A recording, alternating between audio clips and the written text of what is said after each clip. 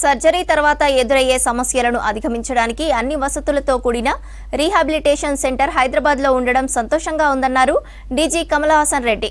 బేగంపేటలోని Anantha rehabilitation centre మొదటి వార్షికోత్సవానికి Parigi MLA Rammohan Reddy, drugs controller administration DG Kamal Haasan రెడ్డిలు ముఖ్య అతిథులుగా హాజరయ్యారు. ఈ సంవత్సరంలో 1100 సర్జరీల తర్వాత వచ్చే ప్రాబ్లమ్స్ ను నయం చేశామన్నారు సీఈఓ డాక్టర్ చంద్రశేఖర్.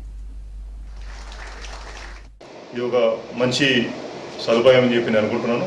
మరోవర్ ఎందుకంటే ఇంకొకటి అడ్వాంటేజ్ అంటే ఈ రిహాబ్ సెంటర్కు closely located to Secunderabad railway station and also Begumpet airport.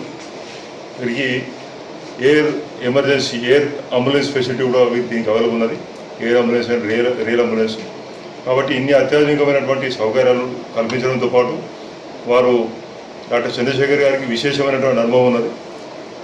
వారి ఎంటైర్ కెరీర్, వారి లైఫ్ మొత్తం కూడా మెడికల్ ఫీల్డ్లోనే, మెడికల్ హెల్త్ కేర్ ఫీల్డ్లోనే వారు పనిచేయడం జరిగింది. వారి అనుభవం అంతా కూడా దీన్ని ఉపయోగించుకొని ఈ సెంటర్ తీసుకురావడం చాలా సంతోషకరమైనటువంటి విషయం.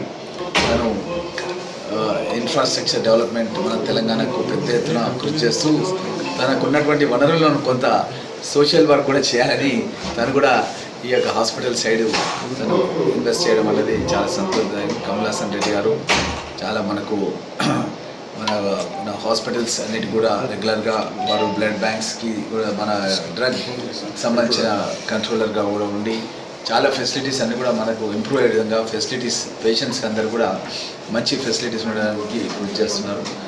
మా టీం గొప్పది.